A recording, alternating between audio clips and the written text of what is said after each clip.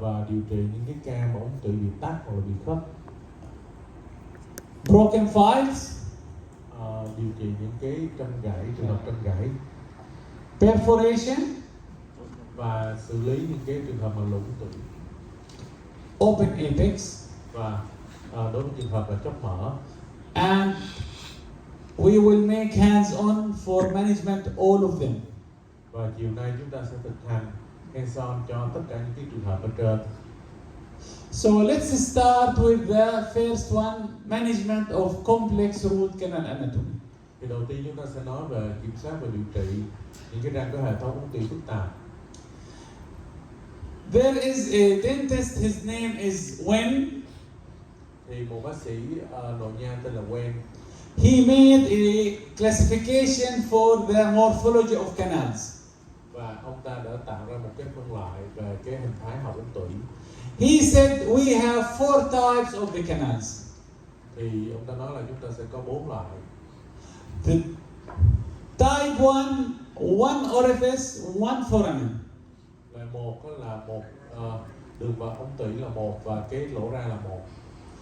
Type 2, we have 2 orifices and one foramen. Loại 2 là chúng ta sẽ có 2 lỗ vào ống tủy và một lỗ ra. And type 3, we have 2 orifices and 2 foramen. Loại 3 thì chúng ta sẽ có 2 lỗ vào ống tủy và 2 lỗ ra. And the most difficult type is type 4, where we have one orifice and split to 2 foramen. Thì cái loại khó nhất là cái loại 4, tức là chúng ta có một đường vào ống tủy nhưng mà sau đó là xuống sâu là nó chia ra làm 2 ống tủy. This is difficult because the obturation here is difficult. Cái loại này rất là khó tại vì cái trán bích ở đây rất là khó, trong trường hợp này rất là khó. Because you can place only one master cone here. Tại vì chúng ta sẽ chỉ có một lần, mỗi lần thì chúng ta chỉ đặt được một cái cây côn chính ở trong trường hợp này thôi. And after finishing, you could not place another master cone because this might be filled with sealant. Thì nếu mà chúng ta đặt côn chính ở ống tủy kia rồi thì chúng ta rất là khó đặt thêm một cây côn chính vô nữa, tại vì cái ống tủy còn lại nó đã bị sealer, bị xi măng chắn bích tràn vào. So how we will fill it? Như vậy làm sao để chúng ta chắn bích đó? So now in the floor of the pulpit chamber we have one canal. Thì ở sàn tủy thì chúng ta sẽ thấy là có một lỗ vào ống tủy thôi. So we will start preparation as usual. Chúng ta sẽ tạo dạng như bình thường. I will use E-Flex blue files. Tôi sẽ dùng cái trăm E-Flex blue. And we said we need 5 files. Và tôi cần 5 cái file khác nhau. So we will start with the first file, which is a flaring file. Tôi sẽ bắt đầu với trăm tạo loe. So this is the flaring file here. I just enter inside the canal. Tôi chỉ cần chạy cái trăm tạo loe này vào trong ống tủy. Then irrigate and check patency. Và sau đó là bơm rửa và kiểm tra thông suốt lỗ chóp. Then I will make the working length for both canals. Sau đó tôi sẽ đo chiều dài làm việc cho cả hai ống tủy. Then I will prepare the canals with the 15, 20, 25 and 30. Và tôi sẽ tạo dạng từ ống tủy với cái thông số trăm là 15, 20, 25, 30. Those files you can pre-curve them to enter inside those canals. Thì đối với cái hệ thống trăm máy này thì các bạn có thể là vẽ cong nhẹ cái đầu trăm trước khi là đưa nó vào ống tủy. Now after finishing, we will irrigate and check patency and reach to size 30. Và sau các bước tạo dạng thì chúng ta bơm rửa, chúng ta kiểm tra thông số tủy đến cái bước trăm số 30. Then in one canal I place master cone Getaberka 4%, and in the other canal I will place K file number 10. Và ở một ống tủy thì tôi sẽ đặt một cái Getaberka 4% vào cái côn chính, và ống tủy còn lại thì tôi sẽ đặt cái trăm cây phai vào. So this is the getaberka here, Đây là cái cây côn của Getaberka. and in the other canal I will place K5 number 10. Thì ống tủy còn lại thì tôi sẽ đặt cái trăm cây phai số 10 vào. Now I will use the warm obturation technique to fill the apical part. Tôi sẽ dùng cái kỹ thuật làn nhiệt nóng để trắng bít 1/3 chóp. So this device will fill the apical part here. Thì cái thiết bị này sẽ trắng bít chặt của Getaberka 1/3 chóp. Now I will remove the K5 number 10 and place another getaberka. Bây giờ tôi sẽ lấy bỏ cái trăm ca số 10 và tôi đưa một cây côn chính khác vào. So K5 number 10 was removed, getaberka was inserted to full working length like this here. Và khi mà trăm ca phai số 10 được đưa vào á, thì cái đường được lấy ra thì của Getaberka được đưa vào đến chiều dài làm việc. Now we will fill with the fast pack the apical part. Thì chúng ta sẽ dùng kỹ thuật làn nhiệt trắng bít ở cái 1/3 chóp ống tủy này. Then I will use the gun to fill the coronal 2/3. Thì sau đó là tôi sẽ dùng cái máy bơm côn để tôi trắng bít ở 2/3 trên ống tủy. So the backfill is with the getaberka gun. I will fill this part here. Đây là cái cách mà tôi sử dụng cái cây bơm của Getaberka để tôi trắng bít ở 2/3 trên ống tủy. Then I use manual plugger to pack the getaberka. Và tôi dùng cái nhồi tay để tôi nhồi cái của Getaberka ở đoạn trên này. And you can see the result here. Và cái kết quả như trên hình này. So let's see another case here. We should always take clear X-ray. Và như vậy thì chúng ta cần phải một cái hệ tinh quang rất là rõ. So again, I use, this is the nanopix. I took this X-ray here. Thì tôi dùng cái sensor nanopix này để chụp cái phim này. So you can see here, one canal divides to two canals. Thì các bạn có thể nhìn thấy đây là một cái ống tủy chính ở phía trên xuống và nó chia ra làm hai ở dưới. You can see this in the cone beam also. Chúng ta cũng thể thấy được trên phim cone beam. So here you can see one canal then divides into two canals. Thì ở đây thì ở cái ống chính đó thì nó sẽ chia xuống sâu. And this is the palatal root. Thành hai ống, và đây là có hình ảnh của một cái chân trong nữa. So we will prepare them with E-flex blue file till size 30. Thì tôi sẽ tạo dạng cái ống tủy này đến cái trăm số 30 E-flex. Then I will place one K file in one canal and one master cone in the other canal. Và tôi sẽ bỏ sau khi tạo dạng xong tôi sẽ bỏ một cái trăm K file vào một ống tủy. So you can see here, tủy ngoài. this is the K file and this is the master cone. Thì các bạn có thể nhìn đây là cái cây trăm K và cái ống còn lại là có chứa cây côn chính. Now I will remove the K file number 10 and place another master cone here. Và sau đó tôi sẽ loại bỏ cái trăm K file số 10 và So this is the master cone here. Now I will fill the two canals. Bây giờ tôi đã bỏ một cái cây côn chính thứ hai vào rồi và tôi sẽ chấm bít hai ống tủy này xong. So you should always take clear X-ray to see this anatomy. Chúng ta phải cần một cái hình X-quang rất là rõ để chúng ta thấy được cái cấu trúc giải phẫu này. So you can notice here, I have one entrance and two canals here. Ở đây thì chúng ta cũng có là một đường vào và chia ra hai ống tủy phía dưới. So after preparation, I can place the first master cone is here. Thì sau khi tạo dạng xong thì tôi đặt cái cây côn chính ở trong cái ống tủy này. The second master cone is here. Và cái cây côn chính thứ hai trong ống tủy phía bên phải. But if you place two master cones together, they could not enter. Nhưng mà nếu mà chúng ta đặt cả hai cây côn chính vào thì một cây côn không đến được chóp, tại vì bị kẹt. Because this area is so tight. Tại vì cái khoảng không của cái đường vào nó khá là chặt. So how I will fill this? Như vậy làm sao tôi chắn bít được ở trong trường hợp này? So as we said, we will place one Göteborg cone in one canal, and in the other canal I will place K5. Thì một cái ống tủy chúng ta sẽ đặt cây côn của Göteborg và ống tủy còn lại chúng ta sẽ đặt cái châm K.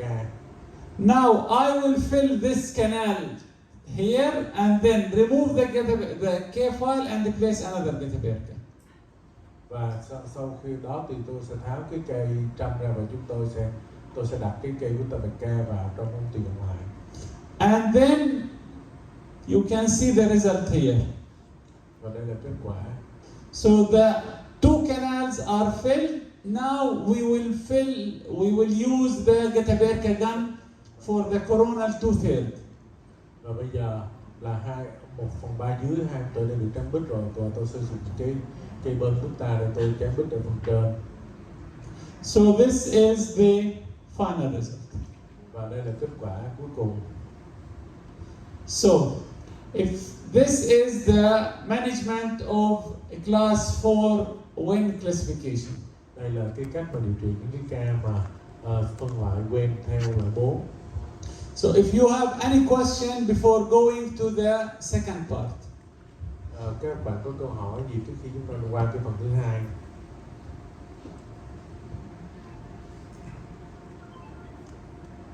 Okay. Now we will go to the second part, which is management of blockage and leak. Thì tôi sẽ qua cái phần tiếp theo, tức là điều trị những cái trường hợp mà ống tủy bị tắc và bị khớp. And why blockage occurs? Tại sao ống tủy bị tắc? It occurs when we could not reach to the end of the canal. Tại vì chúng ta không thể đưa cái dụng cụ đi đến cái điểm cuối của ống tủy được. If we did not check the patency, there will be part of the tissues which will block the canal. Thì nếu mà chúng ta không kiểm tra cái thông số liên tục thì cái phần mồn ngà nó sẽ bị đẩy xuống gây tắc ống tủy. So here the dentist he stopped here, but he could not continue till the end of the canal. Thì cái người nha sĩ này dừng ở đây tại vì anh ta không thể đi xuống đến cái phần còn lại của ống tủy. And it means we still have bacteria and microbes, and because of this we have this lesion. Và như vậy thì chúng ta sẽ còn vi khuẩn và những cái vi sinh vật ở trong cái ống tủy này, và cái nhiễm trùng này nó sẽ vẫn còn hơn. So what will happen with the debris? They will be compacted inside, and this part is filled with bacteria and debris and cause this lesion. Thì một cái nữa là cái tắc ống tủy nó sẽ xảy ra khi mà cái châm của chúng ta nó sẽ nén cái mồn ngà thành một cái khối cứng ở trong đó, và nó sẽ chứa rất là nhiều vi khuẩn ở trong ống tủy ngay cái đạn còn sót đó, và nó gây ra nhiễm trùng ở phần cuống. And it means the canal blockage, it will prevent us to clean the whole canal. Irrigant will not reach to the end of the canal, and because of this we have this lesion here. Và cái việc mà tắc ống tủy thì nó sẽ ngăn cản chúng ta là làm sạch toàn bộ ống tủy, và cái nhiễm trùng thì nó vẫn xuất hiện ở đó. According to this article, they said the success is reduced by 12% for every 1 millimeter short of the terminus. Thì dựa vào nghiên cứu này thì cái tỷ lệ thành công á, nó bị giảm đi 12% cho mỗi cái mm mà ống tủy chưa được làm sạch. So every 1 millimeter short, it means the success rate decreases 12%. Thì như vậy là cứ mỗi là việc ngắn đi, thiếu truyền việc 1 mm đó, thì cái tỷ lệ thành công giảm đến 12%. Because of this, we said we should always reach to 0 point. Vì lúc trước thì chúng ta đã nói là lúc nào chúng ta phải đạt đến cái điểm là 0.0 trên máy điểm bị chót. So look here, when the dentist here, he stopped 2 millimeters short, thì đây cái nếu mà trường hợp nha sĩ này là ngừng ở cái vị trí là cắt chóp là 2 mm, you can see the periapical lesion. thì chúng ta có thể thấy là có một cái vùng nhiễm trùng ở ngoài chóp. But if we reach to the end of the canal like this here, Và nếu mà chúng ta tạo dạng đến đúng cái lỗ chóp như trên hình này, lesion will disappear like this here. thì cái nhiễm trùng nó sẽ biến mất. So, how to, if we have a blockage, how to manage blockage? Thì nếu mà chúng ta có hiện tượng tắc ống tủy thì chúng ta sẽ xử lý như thế nào? First of all, we have to remove the getaperca. Đầu tiên thì chúng ta phải làm sạch cái phần getaperca phía trên. To remove getaperca, we need two things. Để loại bỏ cái getaperca này thì chúng ta cần hai thứ. We need to use solvent like chloroform and we need mechanical instruments. Thì chúng ta cần những cái dung dịch làm mềm côn, ví dụ như chloroform và cái việc mà tạo dạng cơ học. So first of all, what I will do, I will place solvent in irrigating syringe in the pulp chamber. Thì đầu tiên thì tôi sẽ bơm tôi sẽ đặt cái chất làm mềm côn vào trong cái bơm tim và tôi sẽ đưa vào trong cái buồng tủy. So here we have getaperca. We will start placing chloroform. Thì đây là các anh chị thấy là chúng ta có getaperca và chúng ta sẽ đặt cái chloroform vào. A few drops of chloroform. Một vài giọt chloroform. Then I will use Eflex blue files. I will use the flaring file. Thì sau đó là tôi sẽ dùng cái trâm tạo loe trong hệ thống Eflex Blue. So this will remove the getaperca from the coronal 1/3. Và nó sẽ giúp là loại bỏ getaperca 1/3 trên ống tủy. So here I will start with flaring file. Tôi sẽ bắt đầu với là cái trâm tạo loe này. Then I will place chloroform again. Và sau đó tôi sẽ đặt cái chloroform tiếp tục vào trong tủy. Then you can use the K file number 10. Và chúng ta có thể sử dụng cái trâm ca số 10 to reach to the end of the canal or patency. để đến được cái điểm cuối của ống tủy và tạo được cái sự thông suốt. Once you reach to the end of the canal, I will use the 15, 20, 25 and 30. Thì khi mà chúng ta đến được cái lỗ chóp rồi thì tôi sẽ bắt đầu tạo dạng với cái 115, 20, 25, 30. And always check patency. You can see here we check the patency. Và luôn luôn kiểm soát cái sự thông suốt của lỗ chóp. Now we enlarge the canal. Và bây giờ chúng ta sẽ tạo dạng ống tủy. And we remove the getaperca from the canal here. Và loại bỏ cái getaperca. And also you can use now at the end the Ultra X for activation. Và chúng ta có thể dùng cái Ultra X để chúng ta kích hoạt, làm sạch cái ống tủy. What if the canal is blocked and I could not enter to the end of the canal? Thì nếu mà cái ống tủy vào vẫn bị tắc và tôi không thể đi xuống được qua được cái phần tắc đó thì như thế nào? After removing the getaperca. Và sau khi loại bỏ getaperca. So there is no material to open the canal. There is no magic. Thì không có một cái vật liệu nào để nó mở ra cái ống tủy bị tắc ở phía dưới, không có cái phép thuật nào hết. And using EDTA is contraindicated. Và sử dụng EDTA trong trường hợp này là chống chỉ định. There is no proof that EDTA remove canal obstruction to permit passage of instruments. Thì không có một cái bằng chứng nào cho thấy là EDTA có thể làm thông cái ống tủy mà bị tắc để cho cái đường chạy châm nó đi vào được. And EDTA for this purpose is contraindicated. EDTA trong sử dụng trong trường hợp này là chống chỉ định bởi vì because EDTA they alter the walls, limit the ability of instrument to enter inside the canal. thì tại vì cái EDJ nó sẽ làm thay đổi cái thành ống tủy, như vậy thì nó sẽ làm hạn chế cái khả năng của dụng cụ được hướng dẫn đi vào cái phần mà bị tắc. So how to open this blockage? We need sodium hypochlorite, we need K5 number 10, we need to be patient, take your time, and you have to know the technique. Thì để điều trị những cái tắc ống tủy này thì chúng ta sẽ cần bơm rửa, chúng ta sẽ cần những cái trâm nhỏ có bẻ cong đầu, chúng ta cần cái sự kiên nhẫn và một cái kỹ thuật rất là tốt. So we start with irrigation with sodium hypochlorite. Chúng ta sẽ bắt đầu là bơm rửa với NaOCl. So this is sodium hypochlorite. Đây là bơm rửa với NaOCl. Then I need to use the K5 number 10. I have to pre-bend the K5 number 10. Và tôi sẽ dùng cái châm ca số 10 bẻ cong đầu. So this is the K5 number 10 and pre-bend it. Đây là cái châm ca số 10 tôi bẻ cong đầu.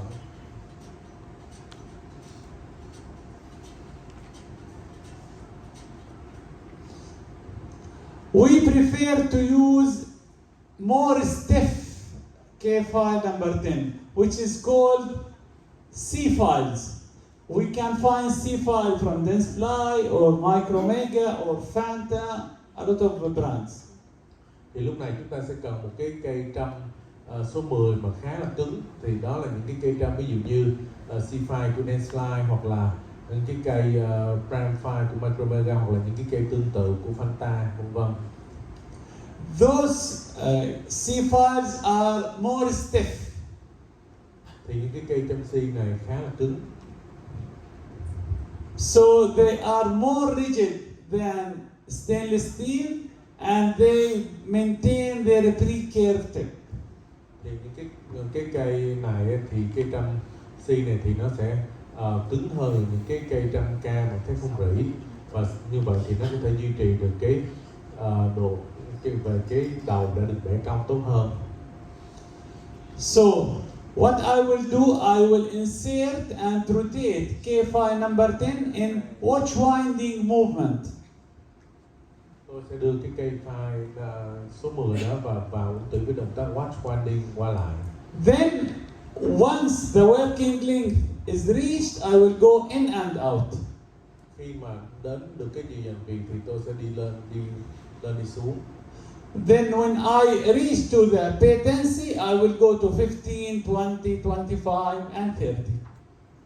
Và khi mà đến được chiều dàn viền rồi thì tôi sẽ bắt đầu là đi với cái châm số 10. So here we have a blockage.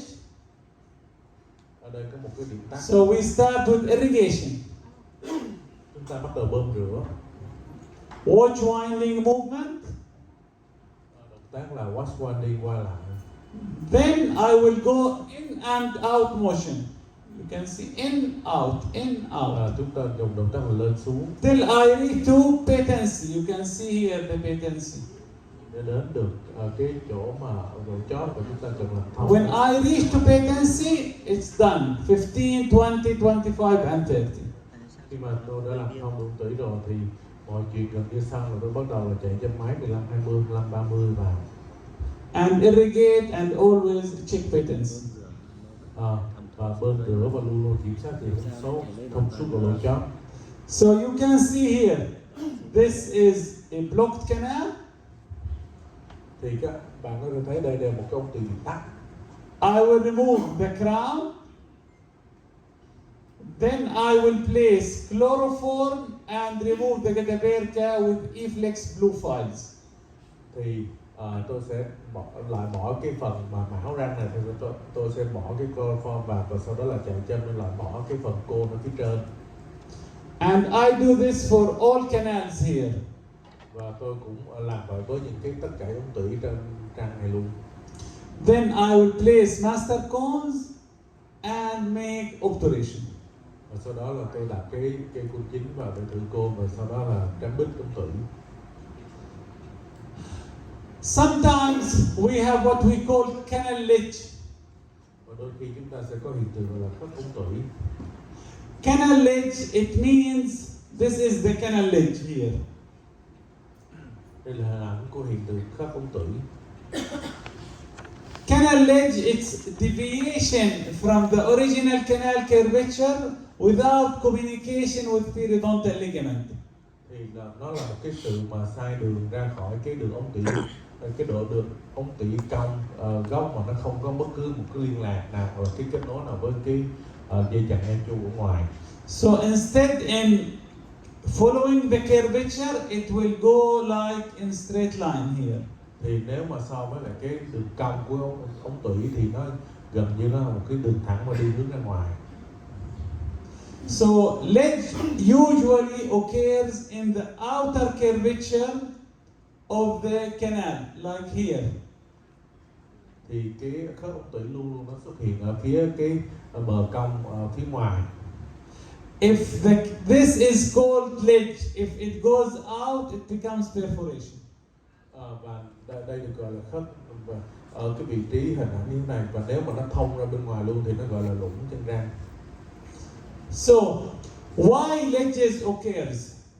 Thì tại sao mà cái khớp nó xuất hiện? When we use stiff files, bigger files, so it will go in straight lines. Thì khi mà chúng ta sử dụng cái trong một cái độ thuôn lớn á, thì nó sẽ thường đi theo cứng, nó sẽ thường đi theo một đường thẳng. So this is ledge. Và nó sẽ tạo ra khớp. So when we want to make root canal preparation and irrigation, we could not follow the canal to the end. Thì để tránh cái việc mà làm lũng chân răng thì chúng ta phải cố gắng là đi đúng đường ống tủy. So ledge sometimes could not be bypassed and prevent irrigant to reach to the end of the canal.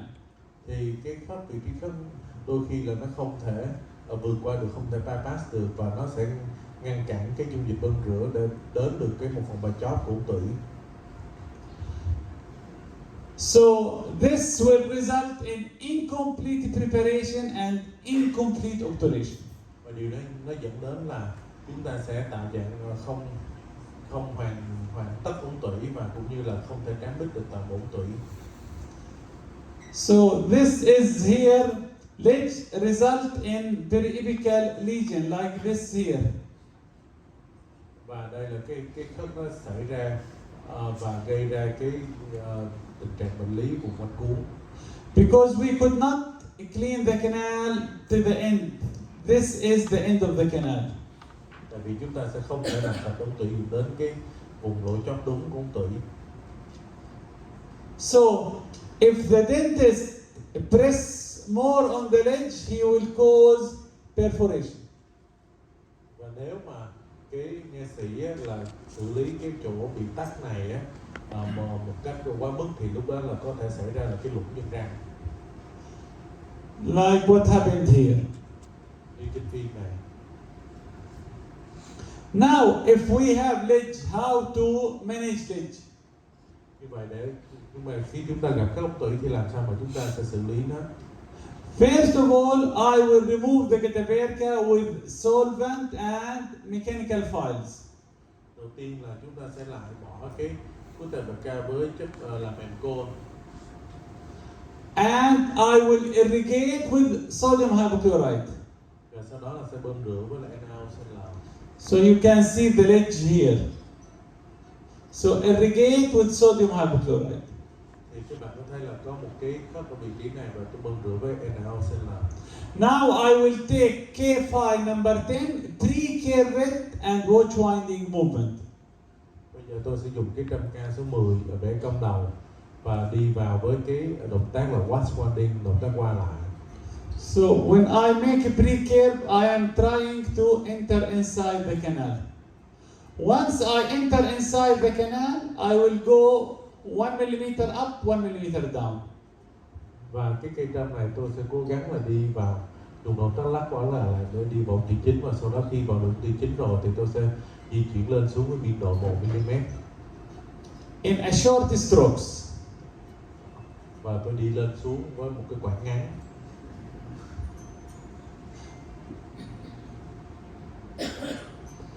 Now I will irrigate and check patency. Bây giờ tôi sẽ bơm rửa và kiểm tra sự thông suốt tủy.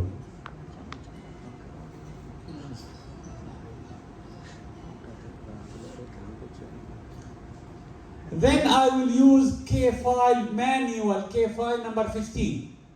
Và sau đó tôi sẽ dùng cái đâm tay số 15. Again, pre-curve, in and out. Bẻ cong đầu và đi lên xuống. And irrigate and check patency. Và bơm rửa và kiểm tra thông suốt ở phía dưới. Now we will enlarge with the rotary files. I will take A flex blue 15. Và bây giờ tôi sẽ mở rộng ống tủy với cái trăm blue số 15. You can see here we have ledge. Các bạn thấy là chúng ta có khớp ở đây. I pre-curve the rotary file 15. Tôi bẻ cong đầu cái cây trăm số 15.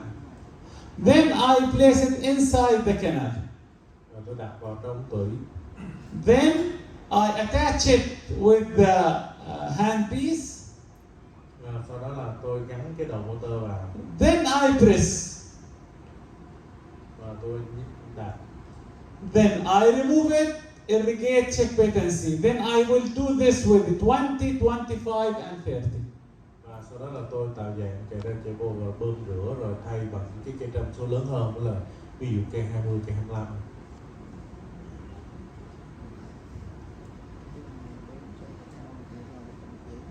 So till I reach to the 30. Cho đến khi mà tôi đến cái số 130.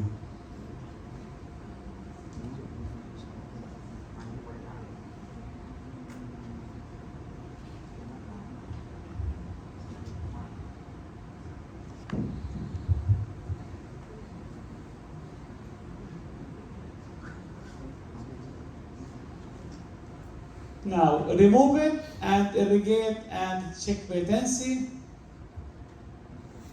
Bây giờ tôi sẽ tạo dạng lên xuống và sau đó là lấy ra và bơm rửa và kiểm tra sự thông suốt tủy. Now the canal is ready. Và ống tủy đã được tạo dạng xong.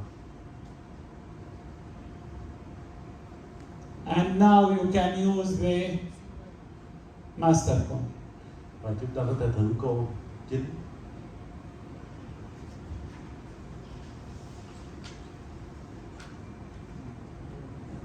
So we will do this in this case here. I will remove the getaberka. Then I will use the manual file, K file number 10, manual file 15. Then I will go to rotary 15, 20, 25 and 30. Thì đối với trường hợp này thì tôi cũng sẽ làm tương tự như vậy, tức là bỏ cái tay bạch ca, sau đó đi 110, trong tay 10 số 15, bơm rửa sạch và bắt đầu là đi cái trăm máy số 15, 20, 25, 30. And remember always to pre-curve the K file number 10. Và luôn nhớ là chúng ta sẽ phải bẻ cong đầu cái trăm ca số 10 này.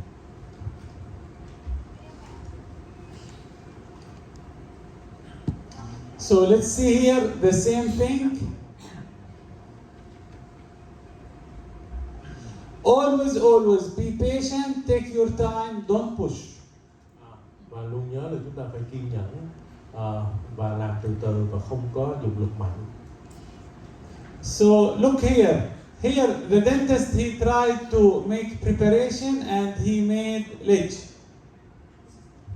Và ở đây là cái người nha sĩ này cố gắng đi đúng đường nhưng mà đã tạo ra cái khớp.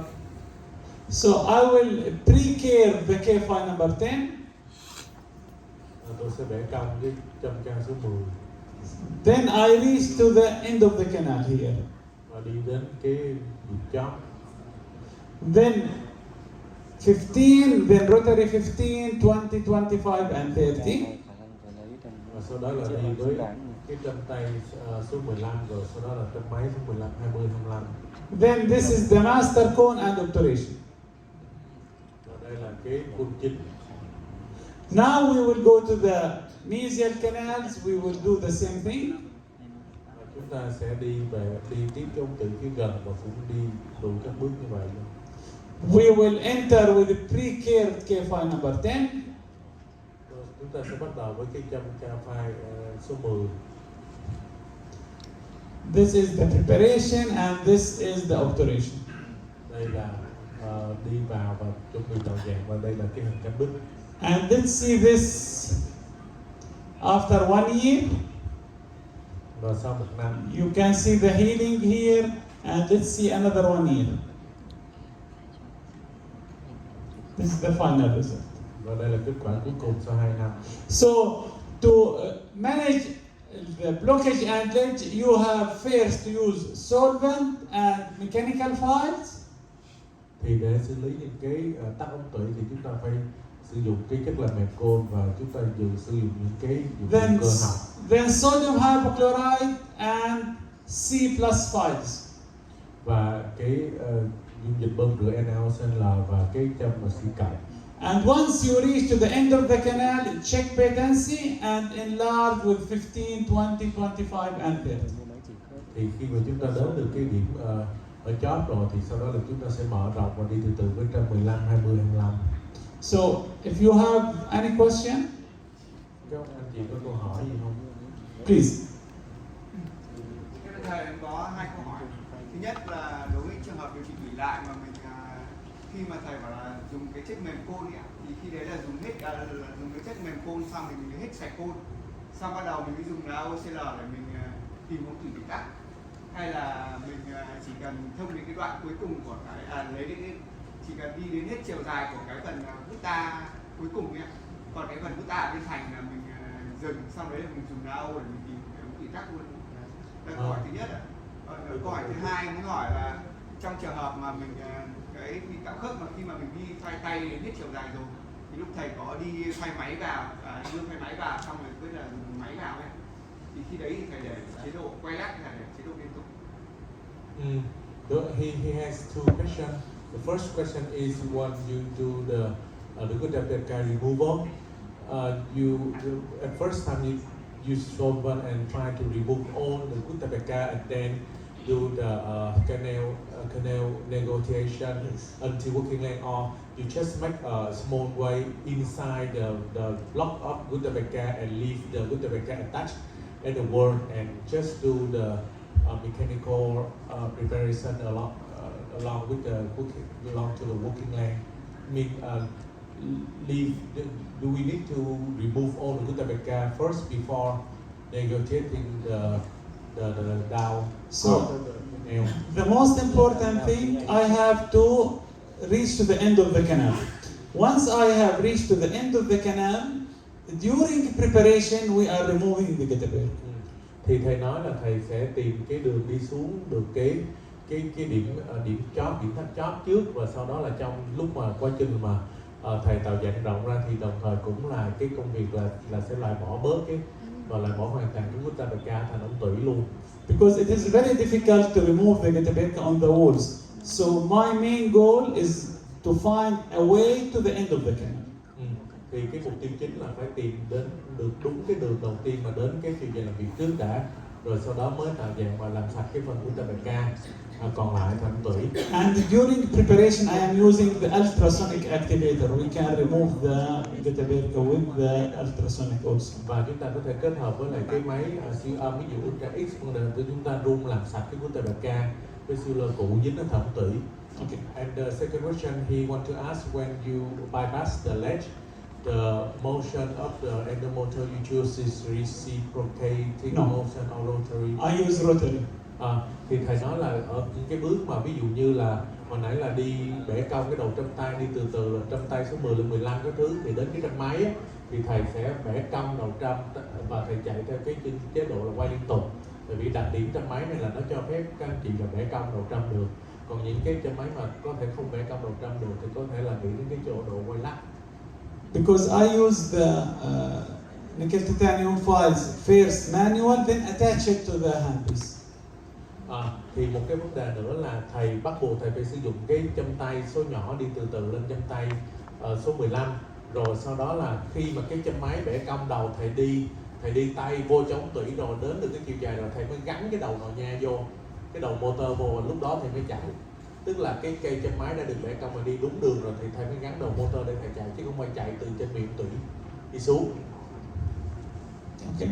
Other questions? Yes. Thế em hỏi một chút đó, nếu mà em kết thúc ở 30/4 thì khi điều trị tủy lại mình... Alo ạ. Thưa thầy là nếu mà kết thúc ở 30/4 ấy, thì đến lúc điều trị tủy lại thì mình có phải đi lên thai thành 35/4 không ạ? He asked if he finished the initial root canal treatment at the apical site of 30/04. So when he need to do the retreatment, does he need to increase the size to 35/04 or not? No need, because what will clean the canal is the irrigant, not the file. So for me, I just use still size 30. But they found if you reach to 30 or 35, it's not a big deal. But if you ask me personally, I go to 30 only. Thì thầy nói là cái việc mà khi mà chúng ta lấy tủy lại thì cái việc chính yếu là chúng ta sẽ bơm rửa cho sạch ở cái vùng đó, tại vì cái kích thước khác biệt giữa cây 30 với 35 thực ra nó không khác biệt nhiều lắm, thì chúng ta chỉ cần lấy sạch cái vật liệu cũ, bơm rửa thật sạch là sau đó là chúng ta tìm cách trắng bít. Because the more you are enlarging the canal, the tooth becomes weaker. Tại vì nếu mà chúng ta mà tạo dạng mà càng rộng ra, càng cắt nhiều thành ngà thì cái răng sẽ bị yếu đi. Có ai có câu hỏi không?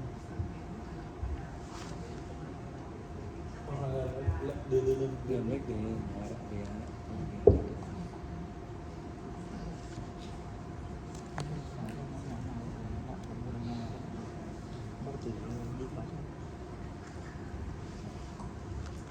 Vâng, em hỏi lúc mà thầy bể châm thì là từ cái vị trí mà mình bể cong là bao nhiêu mm đấy ạ? Và hay là mình phải bể để cho nó gần giống với cả cái độ cong của ống tủy nhất ấy? Thì cái đấy em chưa hiểu. Vâng, một câu nữa. Câu thứ hai đó là em vẫn chưa hiểu là cái động tác lúc mà thầy làm như nào để đi qua được cái đoạn khớp ạ? Thì cái đấy đối với em là cái khó nhất đấy. Thầy có thể mô tả lại không ạ? Her first question is how long is the segment that you repair the hand file follow the correct canal curvature. For example, you repair 1-2 millimeter, or you measure on the X-ray and recurve more. No, just I am bending 1 or 2 millimeter 30 degree. Until while I am entering, I am attaching with the apex locator. If it is not advancing, I might check with the X-ray. But usually I don't use X-ray during the working length. I depend on the apex locator. Thì thầy nói là thầy chỉ bẻ cong 1 đến 2 mm đầu trâm với cái góc bẻ là 30 độ. Thì sau đó là thầy sẽ đi từ từ vào và kết hợp với, nếu mà có vấn đề gì mà đi xuống không được thì thầy sẽ chụp phim nên để kiểm tra. Nhưng mà thông thường là nếu mà thầy đi xuống đường thì thầy chỉ kết hợp với lại cái máy định vị chót để xác định cái điểm cuối cùng của ống tủy thôi. And her second question is how to do pass the next. Cái câu hỏi của bạn nữ có phải là cái câu hỏi thứ hai có phải là làm cách nào để vượt qua đoạn khớp? And please, she want you to explain the motion. So to bypass the latch. when I pre-curve the K-file number 10, I enter inside. The motion is like this. It's called watch winding, quarter forward, quarter backward. Then pre-curve again and like this. Thì các anh chị phải nhớ hồi nãy là thầy có nói là cái khớp của chúng ta là lúc nào cũng ra cái thành ngoài. Thì đầu tiên sau khi bẻ cong cái trâm ở tay thì các anh chị phải làm sao đưa đúng cái độ cong theo cái độ cong tủy trước. Thì với lại các anh chị sẽ kết hợp cái động tác là xoay qua xoay lại là 1/4 vòng tròn tới được khoảng 90 độ, 60 đến 90 độ. Thì cái động tác lắc qua lắc lại thì nó sẽ giúp cái trâm K-file nó đi đúng vô cái ống tủy chính. Ha. Thì sau khi đi đến ống tủy chính rồi thì thầy nói là mình sẽ chỉ chuyển động là lên xuống với biên độ rất là ngắn thôi để không có làm mất cái đường của ống tủy chính đó. Yes. Có câu hỏi thêm gì?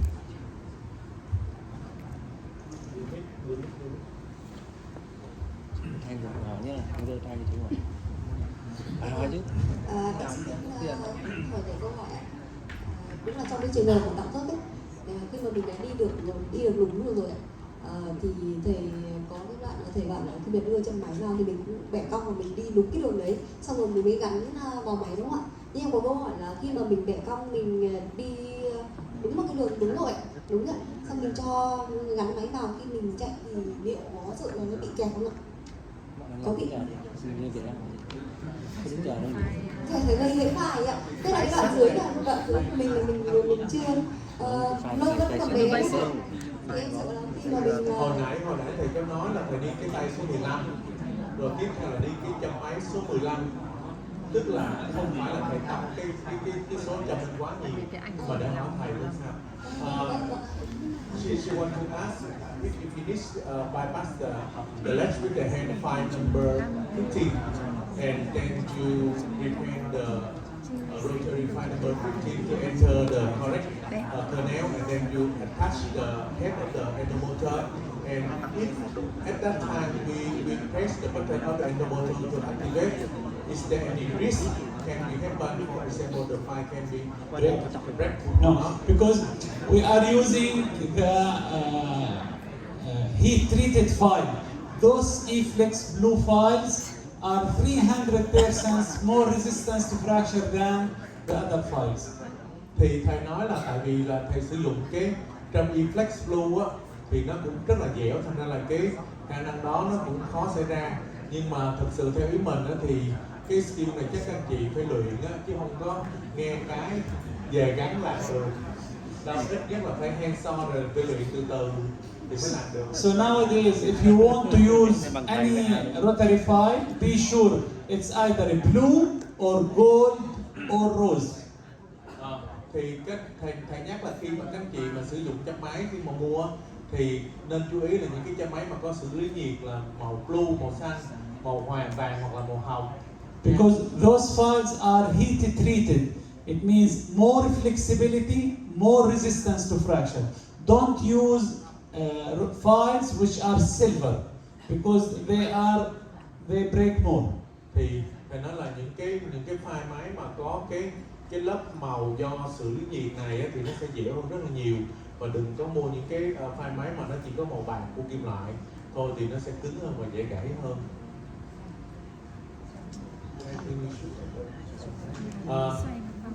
One more. Thưa Dr. Hammo thì em có hai câu hỏi. Thứ nhất là về cái việc kiểm soát cái bùn ngà khi mà đẩy file K10 đi khi quá chóp. Câu hỏi thứ hai là về cái chất làm mềm của mình là chloroform, thì có một vài nghiên cứu về cái độc tính của nó với cả cơ thể. Thank you. He has two questions. First is how to control the debris extrusion when you do the apical patency outside 1 mm of apex. Yes, I will answer this. They found we are using patency K file number 10. So if there is any debris, we have macrophages outside, so they will deal with them. Thì cái thầy nói là có một số nghiên cứu người ta cho thấy là khi mà chúng ta sử dụng cái châm số 10 quá chóp á, thì một số cái bùn ngà nó quá chóp thì đã có sẵn cái macrophage, tức cái đại thực bào nó ở ngoài chóp và nó xử lý, nó ăn những cái bùn ngà này rồi.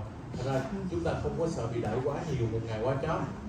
And the studies showed the post-operative pain with patency is less than post-operative pain without patency. Và đã có nghiên cứu rõ ràng đó là cái hiện tượng mà đau sau điều trị nội nha ở trường hợp mà răng mà có tạo thông suốt lỗ chóp á, thì nó thấp hơn những cái răng mà không được tạo thông suốt ở lỗ chóp. His second question is about the toxicity of the chloroform using inside the nail. We are using a few drops on the getaperca, so the chloroform will not enter to the periapical area, so there is no risk for that. Thì thầy nói là chúng ta chỉ sử dụng vài giọt chloroform ở trong cái bụng vỉ thôi, và các anh chị có thể đã dự một số hội thảo các chị biết rồi là chloroform nó rất là dễ bay hơi, thành ra là nó rất là khó thâm nhập và giữ nguyên cái thể tích chloroform nó đến được 1/3 chóp được, do đó là cái khả năng mà gây độc tính các thứ thì nó sẽ hầu như không xảy ra.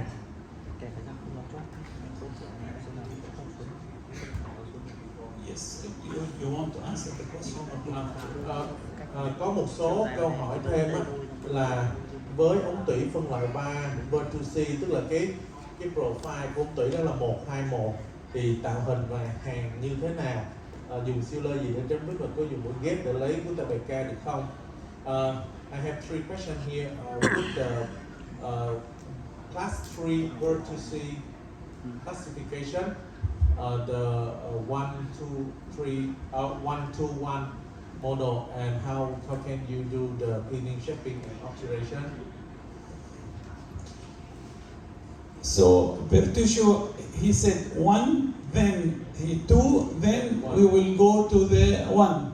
It's easier than class 4 because we don't have a problem here, because the same idea. I will prepare the 1 to the end of the canal, I will place the master cone, then you remove the K file number 10 and place it, so the result will be like the class 4.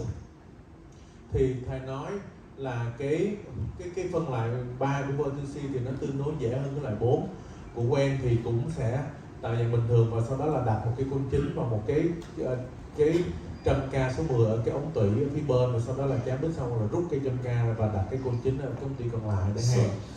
In class 4 they are meeting in the middle. Now here in Bertucci it's lower level. The meeting.